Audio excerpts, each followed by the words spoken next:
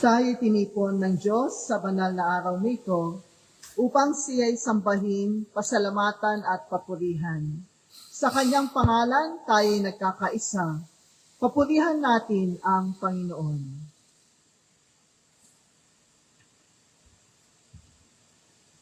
Tayo po'y magsitayo para sa tawag sa pagdiriwang. Umawit ng papuri sa Diyos, kayong mga tapat at magpasalamat sa banal na ngalan.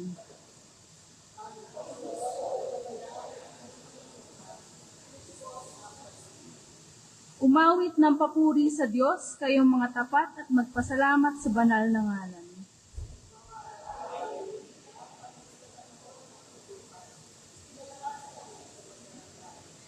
Umawit ng papuri sa Diyos, kayong mga tapat at magpasalamat sa banal na ngalan. Tayo pong lahat, manunubos at kaibigan na dinigin mo ang aming pagtangis, tubusin kami sa taon ng makikibakat at nang balikin ang galak. Purihin ang Diyos na banal.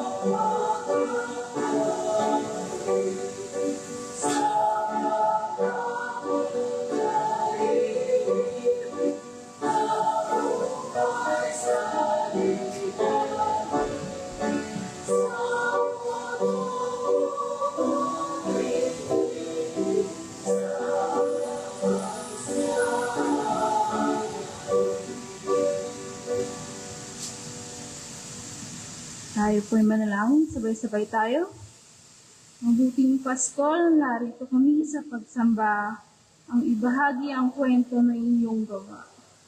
Matangis ang takot at hirap sa mundo, ang masumpungan ang lakas bilang iyong saksi, at ipaalala ang katotohanan sa kung ano ang posible.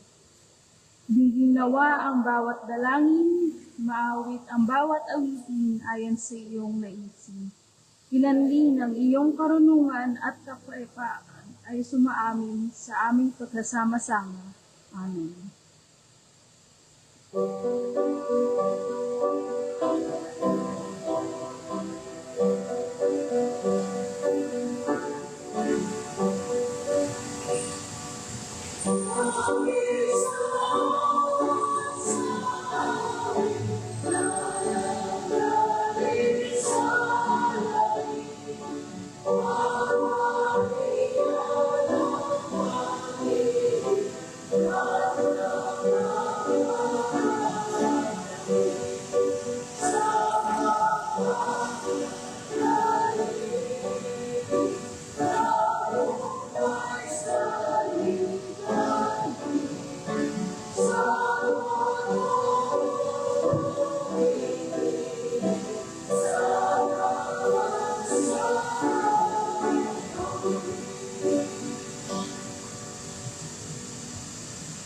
Makaupo na po ang kapulungan.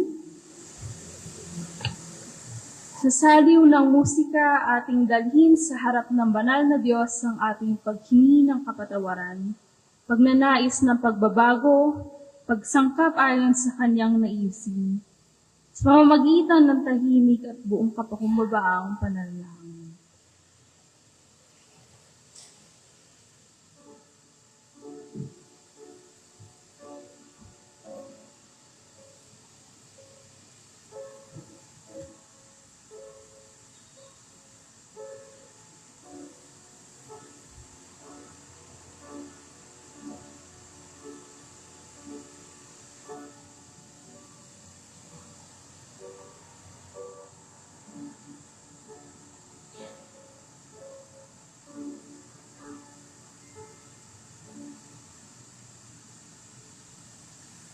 Mga kapatid, may silid sa hardin ng Panginoong Diyos para sa iyo at sa kaloob mong taglay.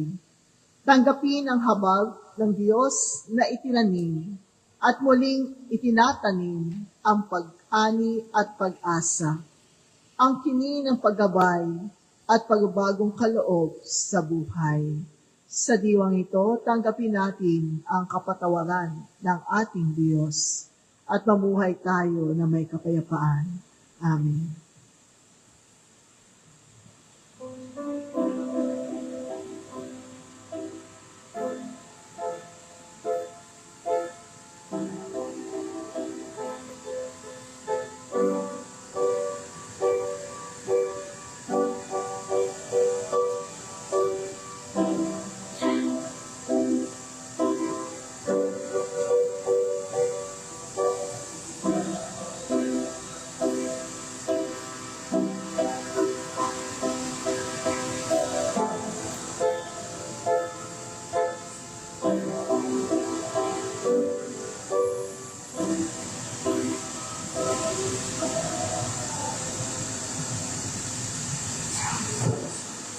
Magandang umaga po sa ating lahat. Tayo po magsatayo upang sa ating pagbababatian, pagkakamustahan habang inaawit ang "Oh, I Love You with the Love of the Lord."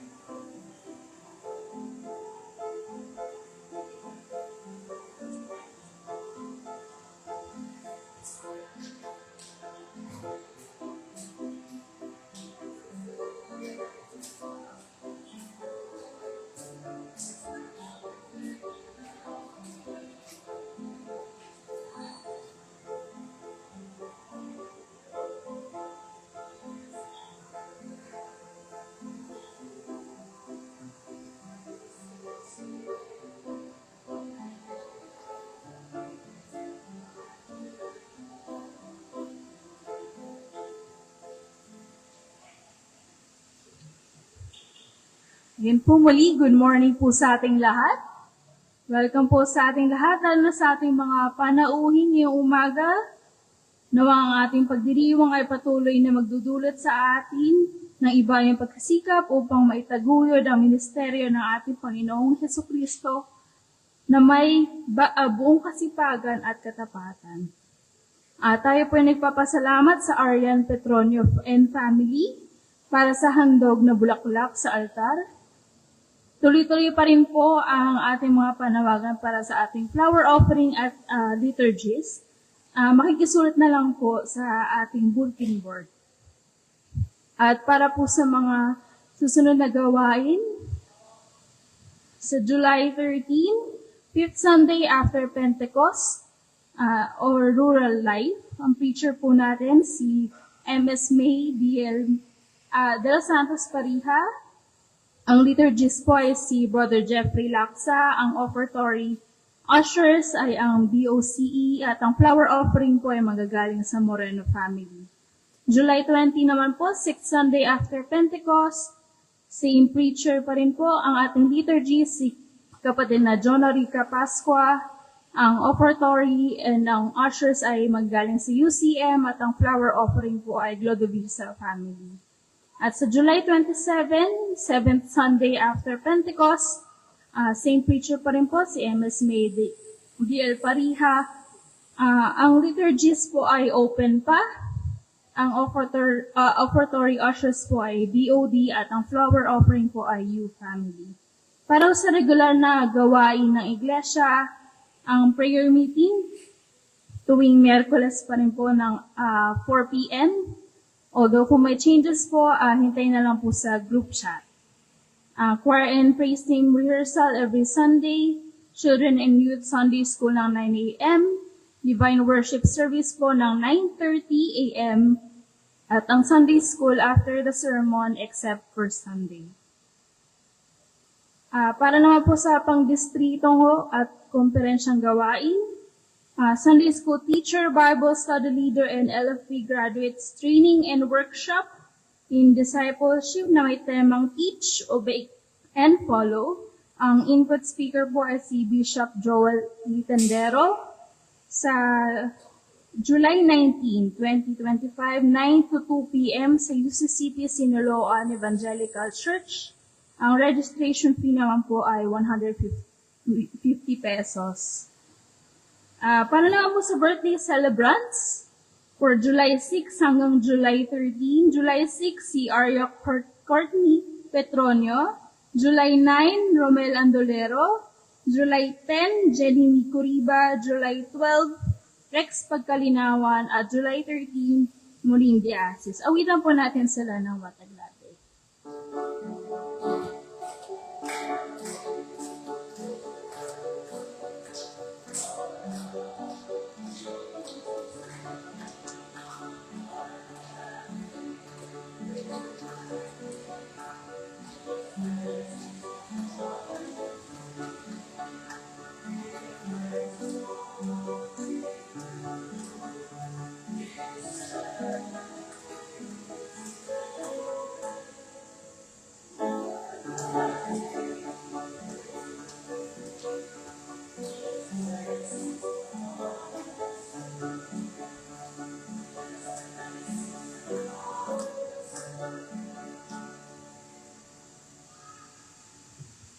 Para po sa mga dagdag na balita, ang gagaling na po sa ating pastor.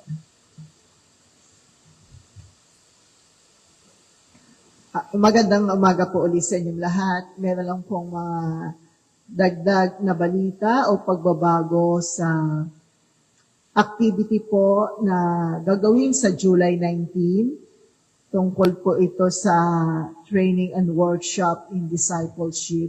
Ito po ay hindi na magiging face-to-face, kundi ito po ay gagawin na pong Zoom. Online na po ang ating discipleship seminar. At tayo po ay sa pagpulong po ng Conference Council ay inuulat po ng ating Ingat Yaman na magkakaroon po ng pagsaayos ng cash flow ng ating konferensya hanggang August.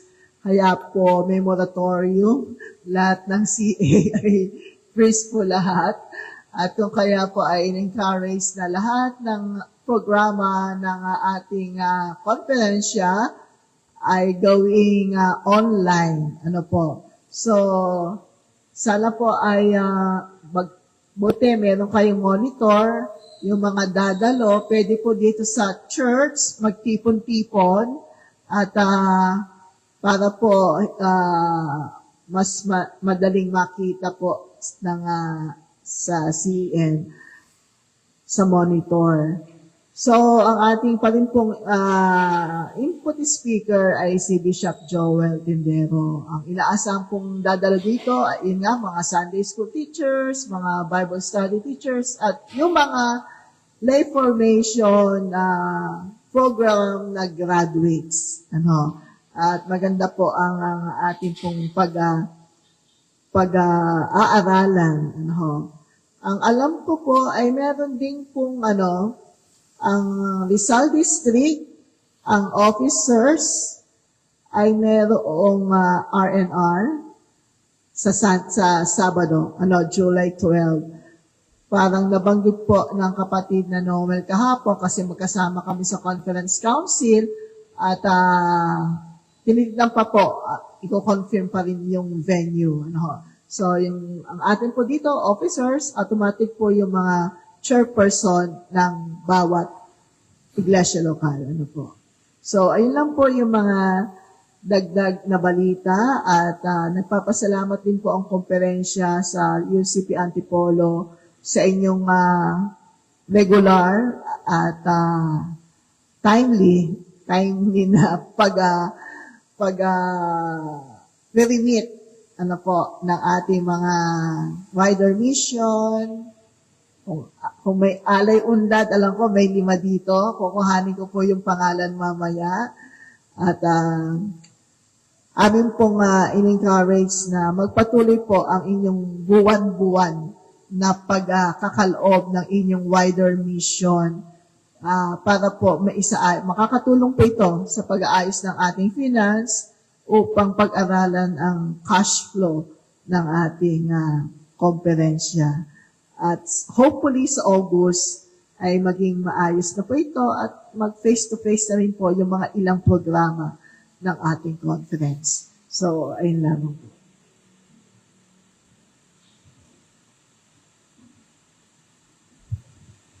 May karagdagan pa po bang mga balita? Kung wala na po, inaanyayahan ko po ang bawat isa na damhin ang presensya ng ating Panginoon sa umagang ito. Aming Diyos na pagmahal at mapagkalinga, kami po ay sama-samang lumalapit sa inyo ngayon bilang isang pamayanan.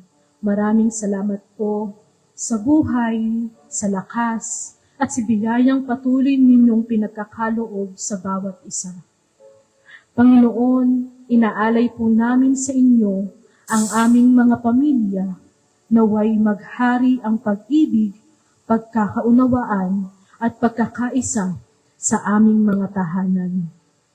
Patatagin mo ang samahan ng bawat magulang at mga anak, at ikaw nawa ang maging sentro ng bawat pamilya. Pinagdarasal din po namin ang aming mga kapatid na mag-aaral. Bigyan mo po sila ng talas ng isip, kasipagan sa pag-aaral, at lakas ng loob upang harapin ang hamon ng kanilang paglalakbay sa edukasyon. Gabayan mo po ang kanilang mga guro at mga magulang na patuloy na sumusuporta sa kanilang pag-aaral.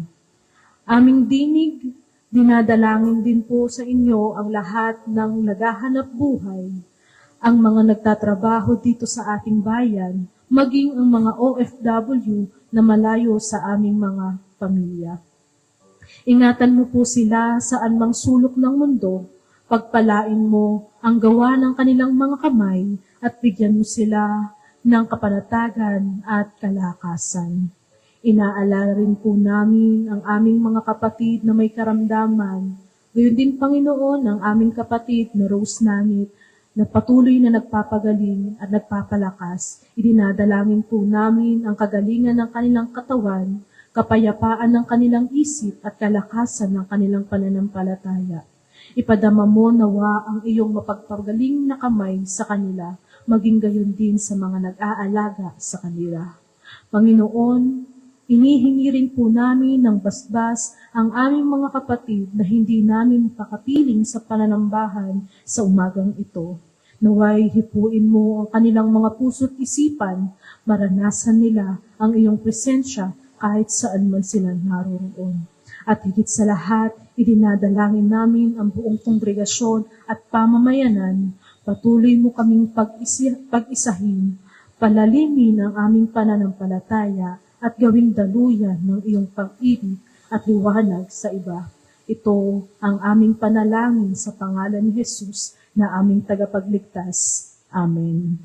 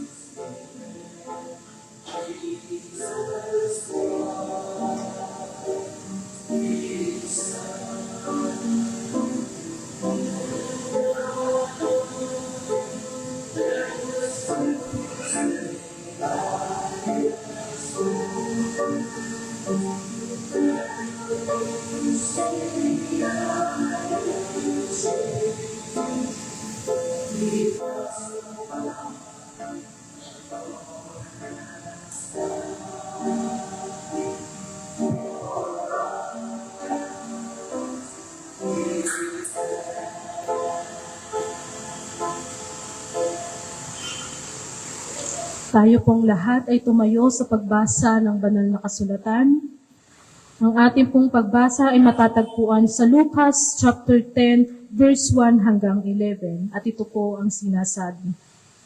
Pagkatapos nito, pumili ang Panginoon ng 72, sila ay isinugo niya ng dala-dalawa sa bawat bayan at puok na pupuntahan niya. Sinabi niya sa kanila, napakarami ang aanihin, ngunit kakaunti ang mga mag-aani. Idinalangin ninyo sa may-ari ng aanihin na magpadala siya ng mga pag-aani. Humayo kayo, isinugo ko kayong parang mga tupa sa gitna ng mga asong gubat.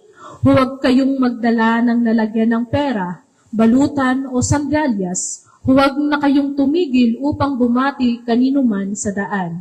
Pagpasok ninyo sa alinmang bahay, sabihin muna ninyo, maghari nawa ang kapangyarihan sa bahay na ito. Kung maibigan sa kapayapaan ang nakatira doon, tatanggapin nila ang kapayapaan ninyo.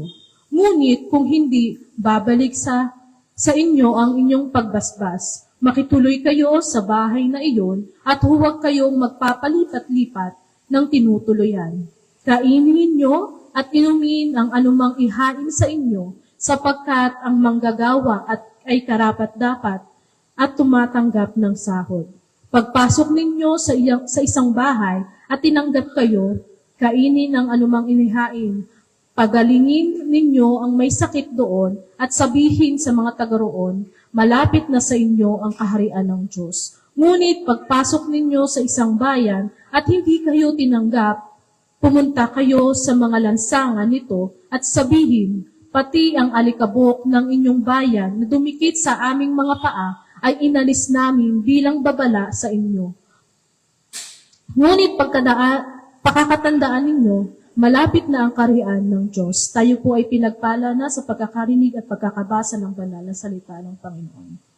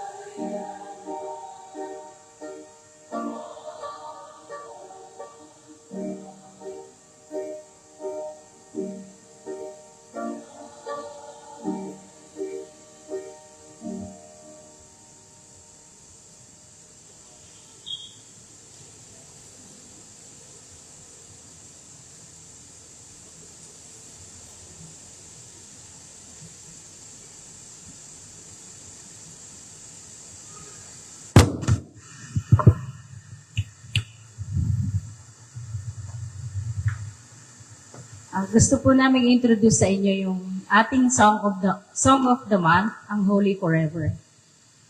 Nire-remind po tayo sa kanta na to, yung everlasting love, everlasting greatness ng Panginoon.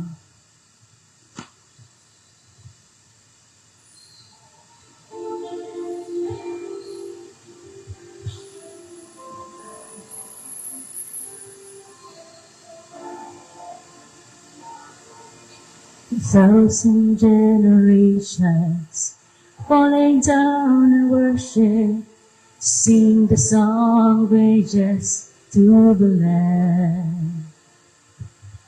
And all have gone before us, and all believe, to sing the song of ages to the Lamb.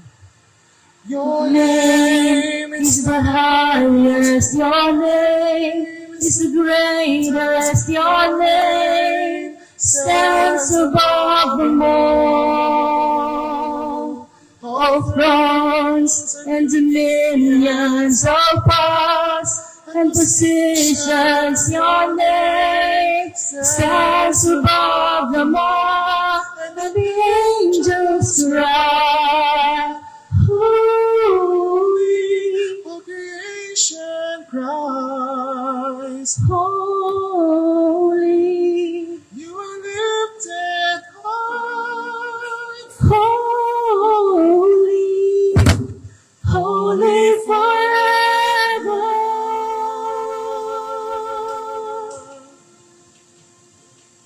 If you've been forgiven, and if you've been redeemed, sing the song forever to the Lamb. And if you walk in freedom, and if you bear His name, sing the song forever to the Lamb. Sing the song forever and amen. Angels cry. Holy, all creation cries. Holy, you are lifted high. Holy, holy forever. Hear people sing. Holy to the King of Kings. Holy, you will always be. Holy, holy forever.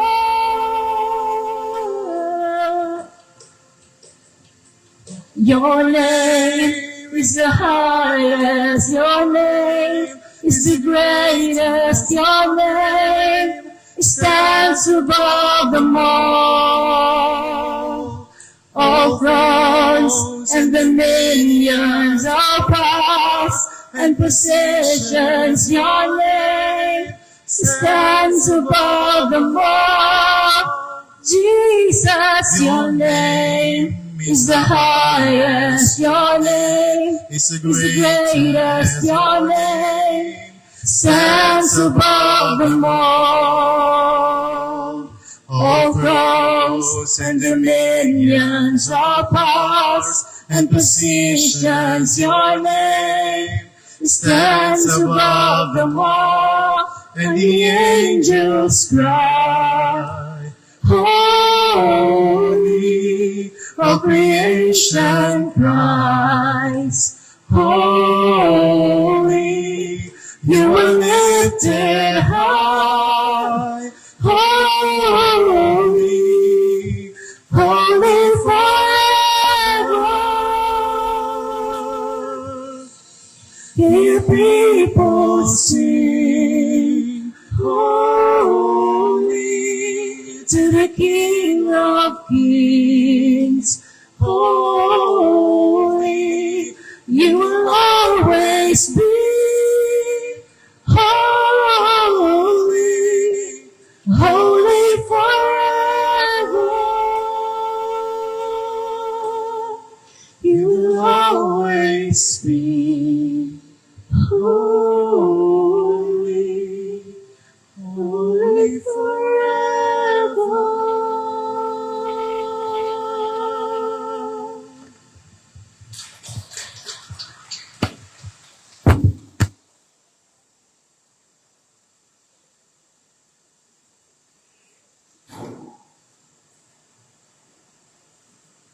Maraming salamat sa Panginoon sa mensahe ng awit. At muli ay tayo ay nagkita-kita. Nang panahon po ng aking kabataan, ilang years na ba yun? Nung pong sa Southern Tagalog Conference, ay may programa po ang CYF na Church/Community Caravaning. Ito po ay ginagawa after ng summer camp, ang pagpunta sa mga struggling church sa panahong iyon sa Southern Tagalog. At dalawa-dalawa kaming CYF na isinusugo sa mga community o sa mga churches. Ang una ko pong caravaning na naranasan ay sa Malaban. Kung naririnig yung Malaban, isang baryo o barangay sa Biñan, Laguna. At ang kasama ko po doon ay si Bishop Joel, nung panahon ng aming kabataan. At ang pangalawa ko pong caravaning ay sa Tuwi, Batangas. At ito naman po ay, ang kasama ko dito ay yung ating dating conference minister na si Primitivo Arce, nung panahon din po ng aming kabataan. Bakit ba may caravaning nung panahong iyon? Ay dahil din po, nung panahong iyon ay umuusbong ang mga mission outreach at may mga simbahan din po na walang pastor. 70s po yun. Kung kaya ang simbahan natin sa Malaban at Tuwi noon ay walang regular na pumupuntang manggagawa. At dahil doon sa programa ng caravaning ng CYF, nung panahon namin, yung batch namin, batch 70s, ito yung batch na maraming pumasok sa seminaryo. Maraming pumasok sa seminaryo. At kami po ay ginagawa namin sa church, ay kami po ang janitor, kami po yung Sunday school teacher, kami yung VCS teacher, at linggo, kami din po yung munting pastor. Lahat po ay ginagawa namin yon sa panahon na kami ay caravanners, sa mga simbahang walang manggagawa. At gayon din po, ito ay, sa karanasang iyon po ay meron kaming pakikipagtagpo sa mga mangingisda sa baybayin ng Laguna Lake nung kami nasa Malaban at pakikipagtagpo sa mga magsasaka nung kami ay nasa Tuwi, Batangas.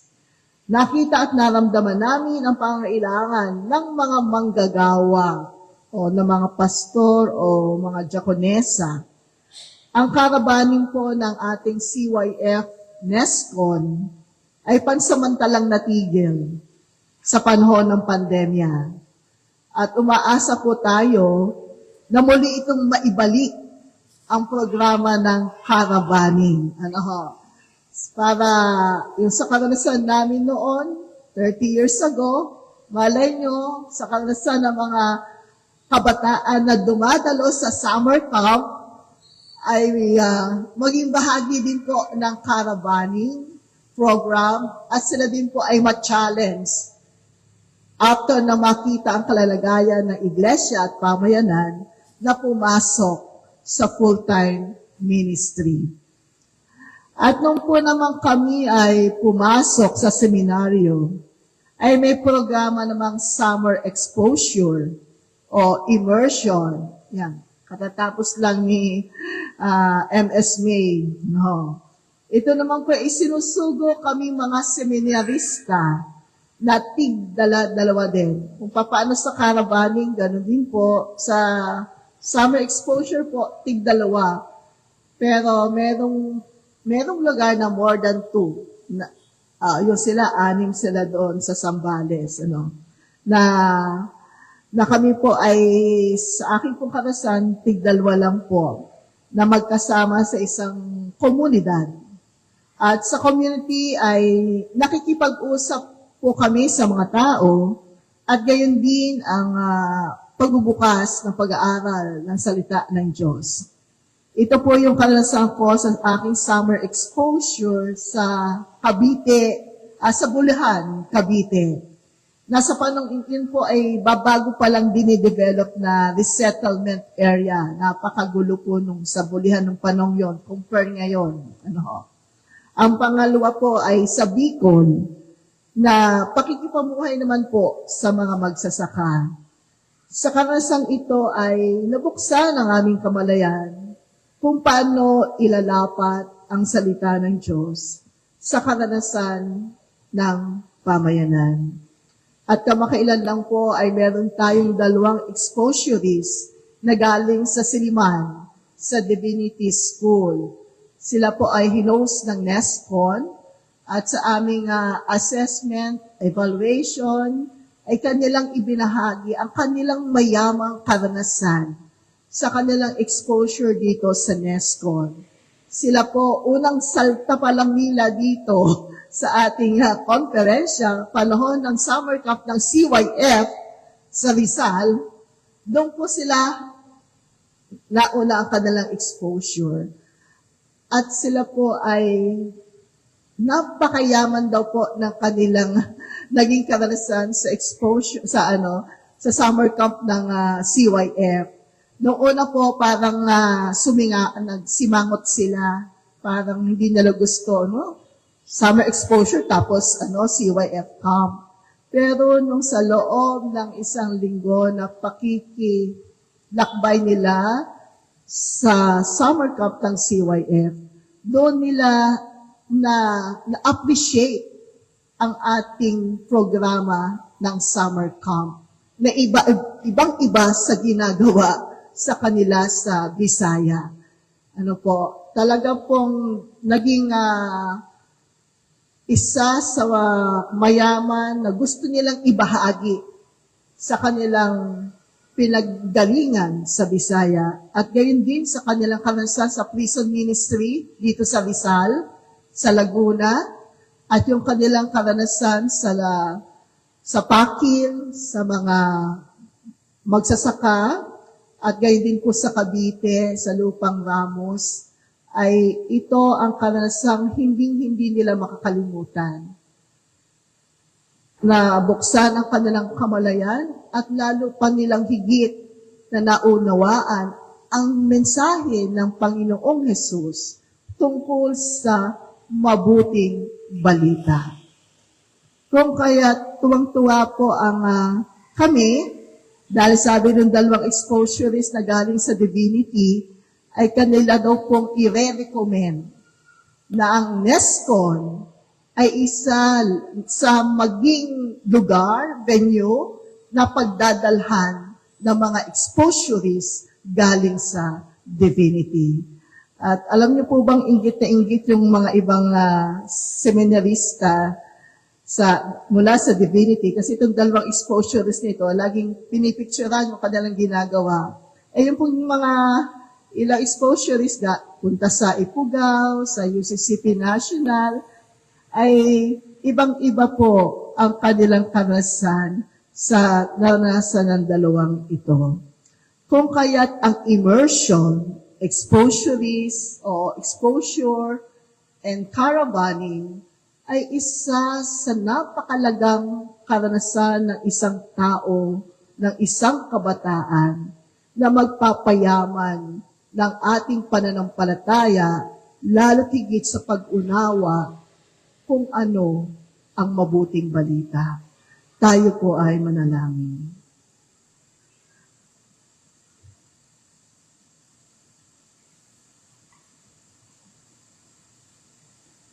Amen.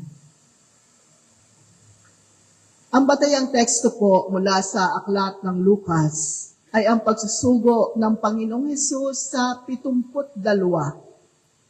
Pinauna niya ng dala-dalawa sa lugar na kung saan doon din naman ang kanyang tungo. Hindi nila alam ang lugar na ito. Katulad ng aming mga karanasan na first time na pupunta sa lugar na yon. Sabi nga, sagana ang aanihin, ngunit kakaunti ang mga manggagawa. Ang lugar ay hindi pa nila napupuntahan. Kung kaya't mahalaga na may kasama o katuwang, kung ano man ang mangyari ay meron kang kapartner. Katulad ng ginagawa ng mga Jehovah Witness, di po ba napapansin nyo, lagi silang dalawahan.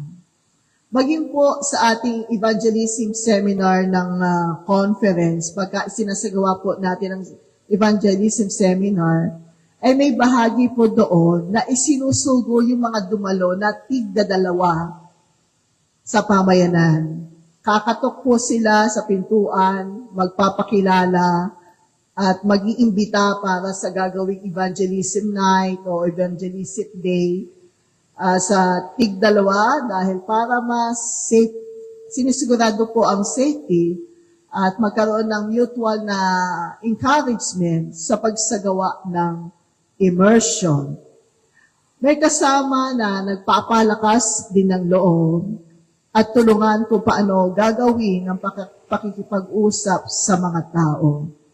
Noong pong ginawa ang evangelism seminar sa Pangil, sa Laguna 2, ang partner ko po ay isang elder. Sabi niya, Pastor, ano ba gagawin ko? Huwag ka mag-alala, kasama mo ako. Kakatok lang tayo at makikipag-usap sa mga tao. No. At sa mga karanasang iyon, tunay na masasabi natin na maraming aanihin, ngunit kakaunti ang mga manggagawa.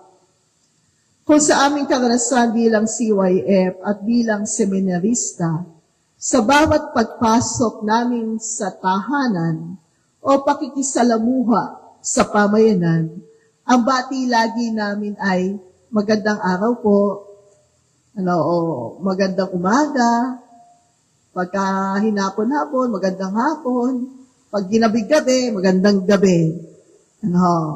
At naandun ko yung pangamusta. Kamusta na po kayo? Kamusta po ang ating buhay? Pero ang bilin ng ating Panginoong Hesus sa mga sinugo niyang tigdalawa, pagpasok ninyo sa alinmang bahay, sabihin muna ninyong, maghari nawa ang kapayapaan sa bahay na ito. Kung maibigin sa kapayapaan na nakatira roon, sa kanila ang kapayapaan. Muli ang pagbati ng kapayapaan. Sa konteksto ng mga Hudyo, ay ang ibig sabihin nito ay shalom. Siguro po naman, kung natatandaan nyo ang aking mga mensahe, ay nababanggit ko na ang ibig sabihin ng shalom. It expresses the well-being and the restoration ng buhay. Kaya ang misyon ng Panginoon ay hindi nagbabago batay sa kalagayan ng pamayanan. Ang pagpapagaling at ang mensahe na nalalapit na ang paghahari ng Diyos sa inyo. It is imperative to announce the peace of God and denounce the forces that hinder the peace of God that God meant to be. Kaya binigyan ng babala ni Jesus ang kanyang mga isinugo. May mga asong gubat. Huwag na kayo magkwentuhan. O kaya huwag na kayo magdala ng kung ano-ano. Nung kami po ay sa karabaning kahit sa exposure namin, ang dala lang po namin ay pamasahe. Di po ba? Alam ni MS Maya kasi katatapos lang niya ng exposure, pamasahe lang po ang ibinibigay sa amin. At yung pagkain namin sa araw-araw ay wala po. Wala kaming budget para doon. At sa aming karanasan bilang kabataan at bilang seminarista, hindi naman po kami namayat o nagutom. Parang nadagdagan pa po ang aming timbang. Dahil ganun na lamang welcoming at embracing ang pamayanan na aming pinupuntahan. Sabi nga sa mga totoong tao, walang gutom kang mararanasan. At doon, tama ang sinasabi ng Panginoon, huwag kayong magdadala ng kahit ano. sapagkat ang Diyos ay laging inihanda na ang ating pangangailangan. Kung kaya't sa lugar na pinagdalhan, kung kaya't ang babala ng ating Panginoon ay isusugo kayo sa mga gitna ng asong gubat. At wag na kayo makipagkwentuhan. Wag na kayo makipagchismisan. Wag na kayo masyadong maraming kwento, direct to the point. Dahil ayaw ng Panginoon masayang ang oras. Kailangang maisagawa ang kanyang misyon. There is the urgency that peace of God be experienced by the community and every household. It is the peace that surpasses understanding. Kung kaya sa lugar na pinagdalhan sa kanila ay maraming tao ang napagaling, kahit nga demonyo ay sumunod sa kanila. Pinagmamalaki nila yun sa ating Panginoong Yesus. Kung kaya't mahalagang maunawaan sa ating panahon ang kapayapaan na nais ng Diyos. Hindi lamang ito ang kapanatagan ng ating damdamin o katiwasayan ng individual o ito ay kamatayan. Ang kapayapaan ay hindi lamang paunang salita.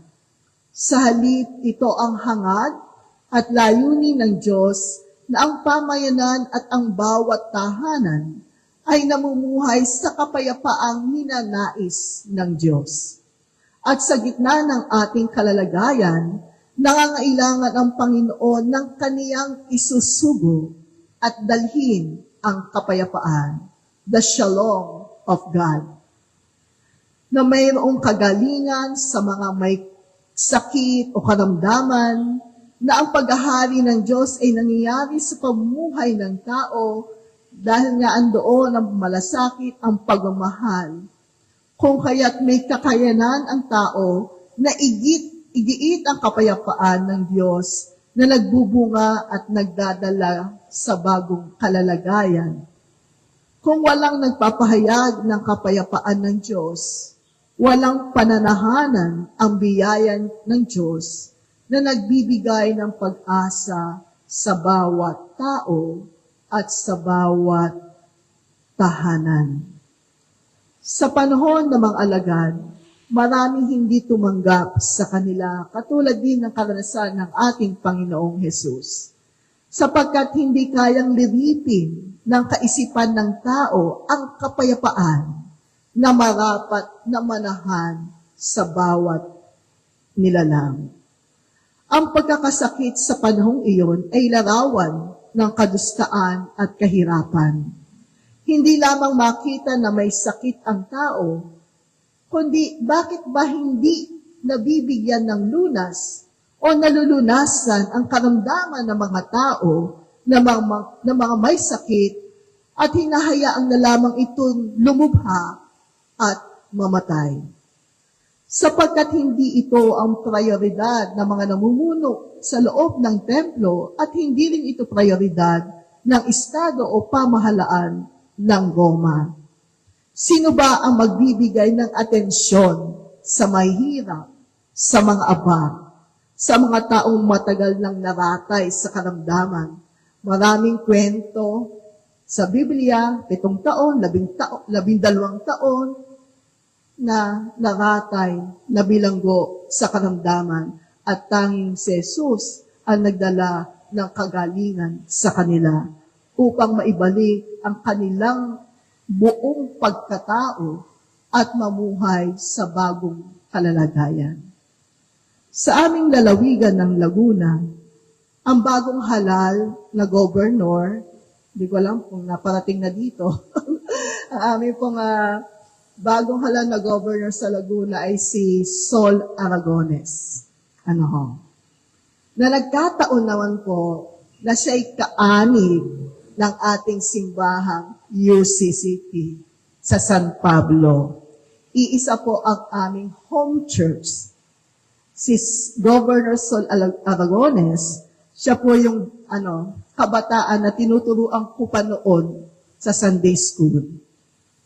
At ngayon, Bago siya maging governor, naging media reporter po sa ABS-CBN, kung nakikita niyo siya, nung kabataan niya. At nung umalis siya sa media, naging congresswoman ng 3rd District sa amin sa Laguna. At ngayon po, siya na po ang governor sa aming lalawigan. Ang kanyang flagship ay hospital. Pagsasaayos at pagpapatayo ng tertiary hospital sa aming lalawigan. Dahil sa karanasan niya, nung siya'y reporter, ang mga daing na mga mamayan ay walang gamot. Hirap sa makakuha, maka-access na magkaroon sila ng malapatan ng kanilang mga sakit. Kung kaya't ito yung ito yung tumimo sa isipan at sa puso ng aming Governor Sol Aragones. Kung kaya't ang kanyang pangunahin ay hospital. Dahil napabayaan na ang mga hospital sa aming probinsya, napakabulok po ng sistema sa aming lalawigan ng Laguna sa hospital. May pasyente po na ikaw na ang bibili ng bulak. Hindi mai-provide ng mga hospital sa Laguna ang bulak. Pasyente, labas ka, bili ka ng bulak. Halinggil yan pang injection po. Hindi din po ito napoprovide. Kailangan lumabas ka. At iba pang basic need ng pasyente. At meron pong si Governor, bawal ang mataray, suplada sa ospital.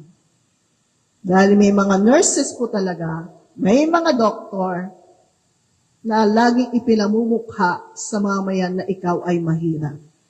Hindi ka priority. Ganon sila ka-Islam. Isang kama na pinagsasalitan sa paghiga ng 3 buntis sa maternity ward. Nasaksihan ko po yun. Dahil po yung ating dating pastor na si Pastor Pag-asa sa ng buntis. Ako po ay pastor sa Santa Cruz. Dinalaw ko po siya at manganak siya. Naandun siya sa maternity ward. Siksika ng mga buntis. Sabi, nasa lang iyong higaan. Ayun po, pastor, kaya lang mamaya pa po ako hihiga kasi may isa pang buntis na nakahiga.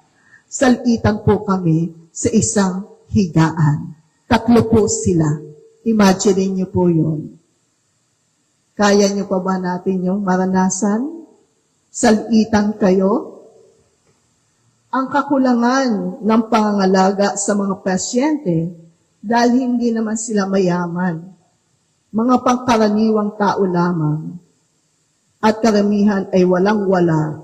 Kaya nga sa public hospital pumupunta. Kung wala ka pang backer, talagang pababayaan ka. Hindi ka pwedeng operahan agad-agad dahil sa dami at haba agad na nakalista na ooperahan. Advance na nga for 1 year ang ooperahan sa public hospital. Naranasan po namin yun ni Pastor Leslie 6 years ago na kailangan siyang operahan sa kanyang almoranas. Yung dugon-dugo na yung puwit ng aking pastor, sorry. Hindi agad siya pwedeng operahan dahil 1 taon po yung nakahirerang o operahan na nakalista, hindi po siya priority. Kahit po hirap na ang pasyente, halos mamatay na sa sakit, hindi ka priority. Kung kaya't kami po ni Pastor Leslie na pilitang pumunta sa isang private hospital. Kung kaya't nais ng aming bagong gobernador na ayusin ang sistema sa loob ng pagamutan sa hospital at ilibre ang mga gamot at maging accessible sa lahat, mayaman ka man o mahirap. Ang kapayapaan ay kagalingan. Ang kapayapaan ay makalaya sa bulok na sistema nagpapahirap sa mga tao. Ang kapayapaan ay pagpapahalaga sa buhay, malasakit sa kagalingan ng iyong kapwa.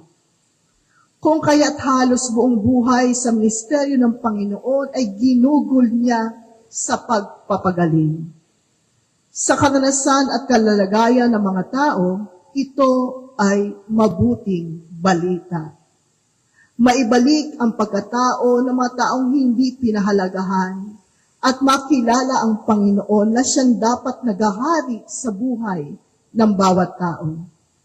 Nag-aalis ng pangamba, sa halip ay katiyakan na ang kapayapaan ay mananahan sa pamayan ng pinaghaharian ng Diyos at patuloy na pinagagaling ng Diyos. Sa ating panahon, maaring hindi na dala-dalawa o 72 tao lamang ang isinusugo ng Diyos. Sabi nga ni MS May, yung paano namin, dalawa-dalawa lang, kaya sa panahon niya, 6 sila. No, nagbabago. Ang iglesia ang partner ng Diyos sa pagtataguyod ng kapayapaan na nagnanais ng bagong kalagayan, bagong buhay at bagong pag-asa na nananangan sa kapangyarihan ng Diyos at hindi sa kapangyarihan ng tao na nagdadala ng pagkawasak, pagkatakot at pangamba na nagpapapalala ng kahirapan, karamdaman at kadustaan. Sa ating panahon, ang pamayanan at daigdig ay nangangailangan ng kapayapaan. Ating simulan sa mabuting hangarin ng pagnanais ng pagbabago, pahalagahan ang buhay ng kapwa, lalo't higit ang mga nasa karamdaman. Physical man yan, psychological man yan, spiritual man yan, emotional man yan, o sa kabuhayan, bawat isa'y sinusugo upang tayong magdala ng kapayapaan. Our complicated and challenging world need the shalom of God. Kailangan maramdaman ang paghahari ng Diyos. Naghahari sa buhay ng tao sa kanyang ginagawa, sa kanyang pakikipamuhay, at sa kanyang nais at layunin. Anuman ang kanyang plataforma, anuman ang kanyang trabaho, ang paghahangad ng kapayapaan sa iyong kapwa ay isang sign na naghahari ang Diyos sa ating buhay. Nais ng Diyos na ito ang maranasan ng pamayanan. Sa bawat butil ng kapayapaan na ating hinahasi, ito ay magbubunga. Maghahari ang Diyos at wala na ang mga taong o mga asong gubat. Wala na ang mga nagpapahirap o elemento o sistema na magpapahirap sa tao. Sa bawat gawa ng kapayapaan, matatala ang ating pangalan sa langit. Tayo ay narito. Ilan po ba tayo ngayon? May 72 po ba tayo? Dahil wala kayong 72, talagang double po tayo. Double po ang ating paggawa para sa kapayapaan. Sapagkat ito po ay atas sa atin bilang katawan ni Kristo. Saan man po tayo pumunta, hindi lang tayo mangumusta. Hangarin din natin ang kapayapaan para sa ating kapwa. Sa ating pinagtatrabahuhan, sa workplace natin, sa ating paaralan, alam naman natin, napaka-stressful na mga kabataan ngayon. Kaya maraming issue ng suicide, mental health, emotional stress. Tayo bilang mga Kristiyano dito sa loob ng simbahan, ipahayag at ating ipadama ang kapayapaan. sa ating kapitbahay, sa ating pamilya, sa ating pamayanan. Ating sabihin, ang kapayapaan ay sumainyo. Amen.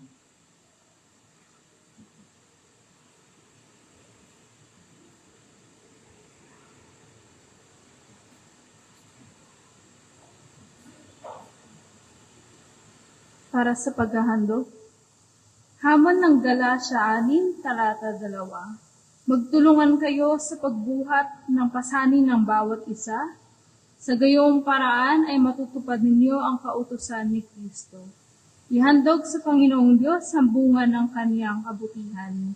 Gawin natin ang paghahandog.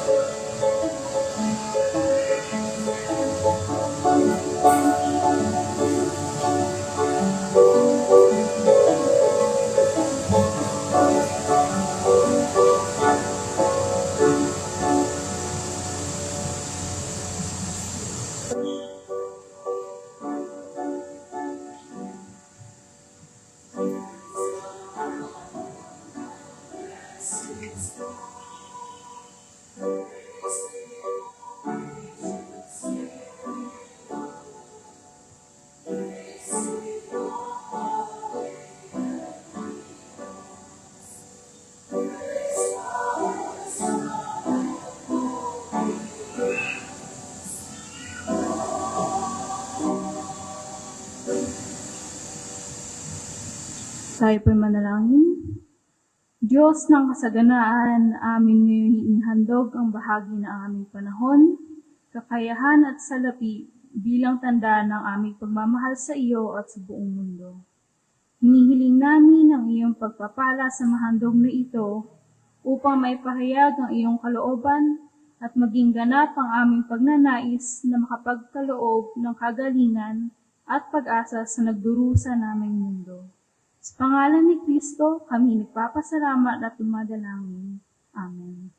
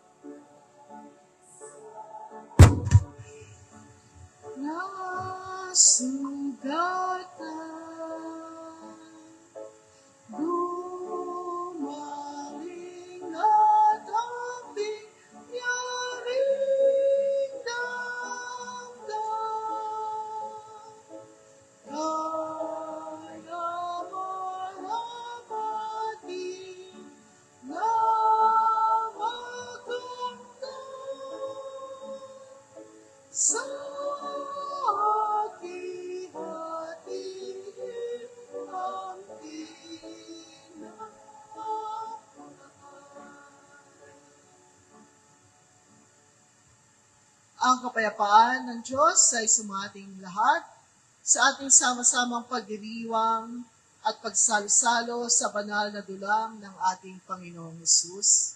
Ito ay nagpapalaala ng kanyang ginawang pagliligtas sa ating buhay at patuloy na pagpalaala na yakapin natin ang kanyang mabuting balita. Sa ating pagsalo-salong ito, pinapalaala din sa atin ng Panginoon na tayo ang kanyang mga paa, ang kanyang mga bisi, ang kanyang mga mata, kanyang mga tenga, na ipinadadala sa bawat pamayanan. Katulad ng ginawa ng ating Panginoong Hesukristo na ang kanyang banal na hapunan ay kanyang isinagawa bago niya mamatay. Upang ito ang kanyang ginawang pag-aalay ng buhay ay patuloy na maalaala ng kanyang mga alagad na sila ang magpapatuloy ng pagkapahayag ng mabuting balita ng kaligtasan. Tayo ay manalangin. O Diyos, narito uli ang iyong mga anak na magsasalsalo sa iyong banal na dulang. Tunay, Panginoon, na hinihingi namin ang iyong karunungan, kahabagan, at biyaya upang sa aming pagtanggap na may pagkilala sa aming buhay na ikaw ang Panginoon at tagapagligtas. Maghari sa amin, O Diyos, ang iyong banal na layunin sa aming buhay at sa buhay ng pamayanan. Kung kaya't ihanda mo kami, Panginoon, ang bawat isa na lalapit na may kapakumbabaan upang makisali sa iyong banal na dulang. Ito, O Diyos, ay nagpapahayag na ang bawat isa ay mahalaga sa iyong kaharian. Lahat kami ay iisa sa iyong paningin, pantay-pantay sa iyong biyaya. Basbasan mo, Panginoon, ang aming matatanggapin na simbolo ng iyong katawan at dugo. Amen. Ito ang aral na tinanggap ko sa Panginoon at binibigay ko naman sa inyo. Ang Panginoong Hesus, nang gabing siya ipinagkanulo, ay dumampot ng tinapay at nagpasalamat at kanyang sinabi, "Kanin ninyo ito bilang pag-alaala sa akin." Gayon din naman pagkatapos na maghapunan, ay hinawakan niya ang saro at kanyang sinabi, "Ang sarong ito ang bagong tipan na pinagtitibay ng aking dugo. Tuwing inumin ninyo ito, gawin ninyo ito bilang pag-alaala sa akin. Sapagkat tuwing kakain kayo ng tinapay at iinom sa sarong ito, ay pinapahayag ninyo ang kamatayan ng Panginoon hanggang sa muli niyang pagparito." Ang dulang ng Panginoon ay inihanda na para sa bawat isa sa atin bilang katawan ni Kristo. Halina kayo at makisalo. Amen.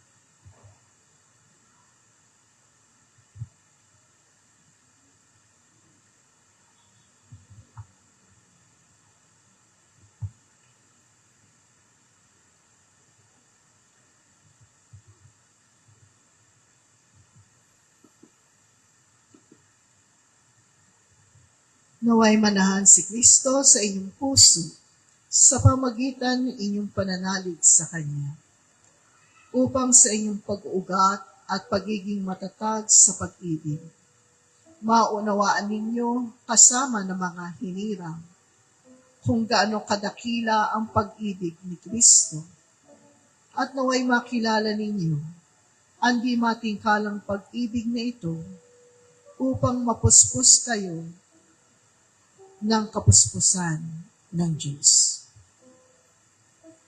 Huwag kayong mabalisa tungkol sa anumang bagay. Sa halip ay hingin ninyo sa Diyos lahat ng inyong kailangan sa pamamagitan ng panalangin may pasasalamat. At ang di malirit na kapayapaan ng Diyos ang mag-iingat sa inyong puso at pag-iisip sa pamamagitan ni Kristo Jesus. Iniligtas niya tayo sa kapangyarihan ng kadiliman at inilipat sa kaharian ng kanyang minamahal na anak. Sa pamamagitan ng anak, tayo'y pinalaya at pinatawad sa ating mga kasalanan. Si Kristo ang larawan ng Diyos na di nakikita at siyang may kapangyarihan sa lahat ng nilikha. Sapagkat ang lahat ng nasa langit at nasa lupa, nakikita man o hindi, pati ang mga nag-ahari at namamahala, mga pinuno at may kapangyarihang espiritual, ay pawang nilikha ng Diyos sa pamagitan niya at para sa Kanya.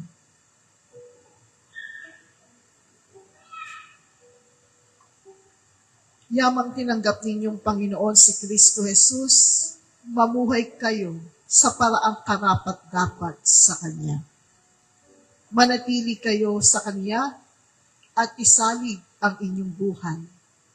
Magpakatibay kayo sa pananampalatayang itinuro sa inyo at laging magpasalamat sa Diyos.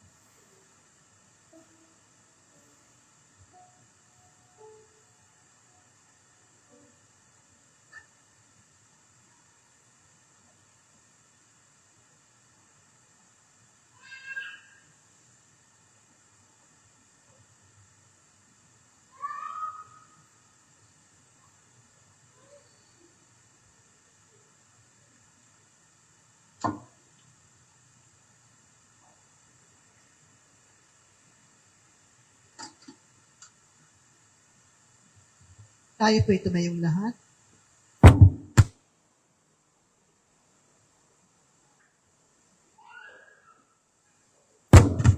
Tunay o Diyos na napakalaking biyaya ang iyong ibinigay sa amin. Ang iyong patuloy na pag-iingat, pagliligtas sa araw-araw, at ang kapayapaan na naranasan ng iyong mga anak.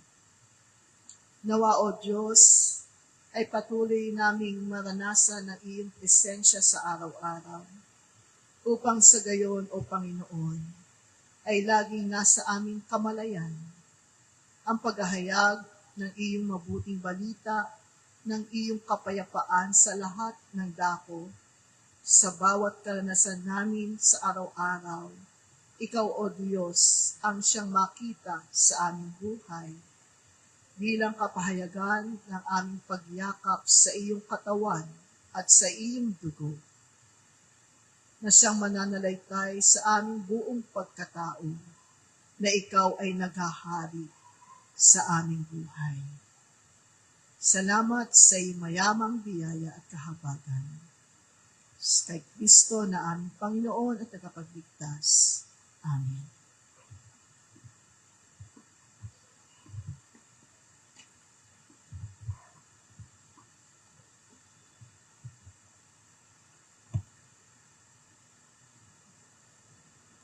Para sa kapahayagan ng pananampalatayang UCCP, sabay-sabay po tayong lahat. Sumasampalataya kami sa isang Diyos, manlilikha, manunubos at tagapag-alalay. Sa pamamagitan niya at sa Kanya, lahat ng nilikha ay nakatagpo ng kaayusan, layunin, kahulugan at katuparan. Kay Jesucristo na isinilang ni Maria, ang Diyos ay naging tao at naghari bilang makapangyarihang Panginoon ng buhay at kasaysayan. Sa banal na Espiritu, siya ay narito sa susunod, nagbibigay kalakasan at gumagabay sa pananampalataya tungo sa pangunawa at pagsasamuhay ng kanilang pananampalataya kay Jesucristo. Sumasampalataya kami na ang tao ay ilikha sa wangis ng Diyos at itinilaga upang mabuhay kasama ang Diyos.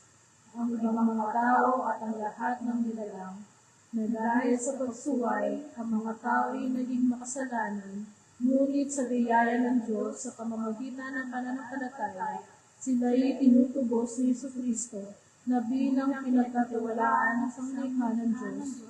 Sila ay tinatawag upang makibahagi sa panglilikha ng isang katarungan at mapagmalasakit ng kaayusan ng lipunan. Sumasampalataya kami na ang Iglesia ay ang isang katawan ni Kristo, ang pamayanan ng mga taong pinagkasundo sa Diyos sa pamamagitan ni Jesucristo at pinagkatiwalaan ng misteryo ng Diyos. Sumasampalataya kami na ang Iglesia ay ang isang katawan ni Kristo, ang pamayanan ng taong pinagkasundo sa Diyos sa pamamagitan ni Jesucristo at pinagkatiwalaan ng ministeryo ng Diyos, pangumalaw, gumabay, magtuwid at mapagtatag sa pananampalataya ng kanilang pananampalataya at pagsaksi. Sumasampalataya kami na ang Diyos ay gumagawa upang mabuhay ng mga tao sa pamamagitan ni Kristo at ang buong sanlibutan tungo sa kanyang kaharian, kung saan ang pag-ibig, katarungan at kapayapaan ang mamamayan. Ang kaharian ng Diyos ay nararanasan kung saan ang pananampalataya kay Kristo at nakakayat. Ang pagkakagaling ay binibigay sa mga karamdaman. Ang pagkain ay binibigay sa mga nagugutom. Ang liwanag ay binibigay sa mga ulag. Ang kalayaan ay binibigay sa mga bihag at inaatid.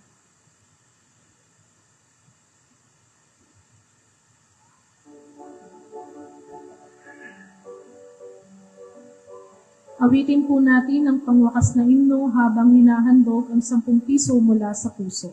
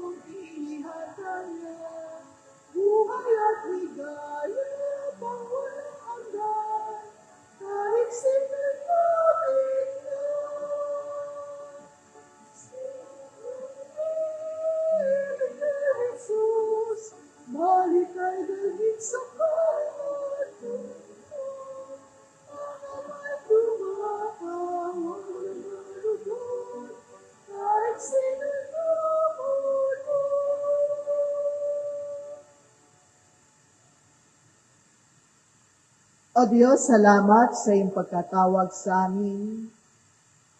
Salamat, O Diyos, na kami ay iyong pinapahalagahan sa pamamagitan ng iyong pagpalaala na kami ay iyong katuwang, kapartner, kasama sa pagdadala ng iyong kapayapaan at sa pagpapahayag ng iyong paghahari sa lupa. Kung kaya't dalangin namin, Panginoon, na pangalagaan mo ang aming kalusugan sa pag-iisip, damdamin, at maging ng aming pananampalataya. Upang sa gayon, O Diyos, ay lubos naming maunawaan at maisapamuhay ang iyong shalom. Sa gitna ng aming pamayanan, na nananangis, naghihirap, at naghahangad ng panibagong kalalagayan. Kung kaya't sa aming paghayo, O Diyos, kami ay suguin mo. Saan man kami paroroon, Panginoon, kami ay iyong samahan upang kami maging karapat-dapat sa iyong pagkatawag sa amin bilang iyong mga anak. Pagpalain mo, Panginoon, ang mga kabataan sa kanilang pag-aaral. Pagpalain mo po, Panginoon, ang mga magulang sa kanilang paggawa sa loob at labas ng kanilang mga tahanan. Pagpalain mo, Panginoon, ang mga nakatatanda na sila'y makaranas ng kapayapaang hindi kayang libitin ng aming kaisipan.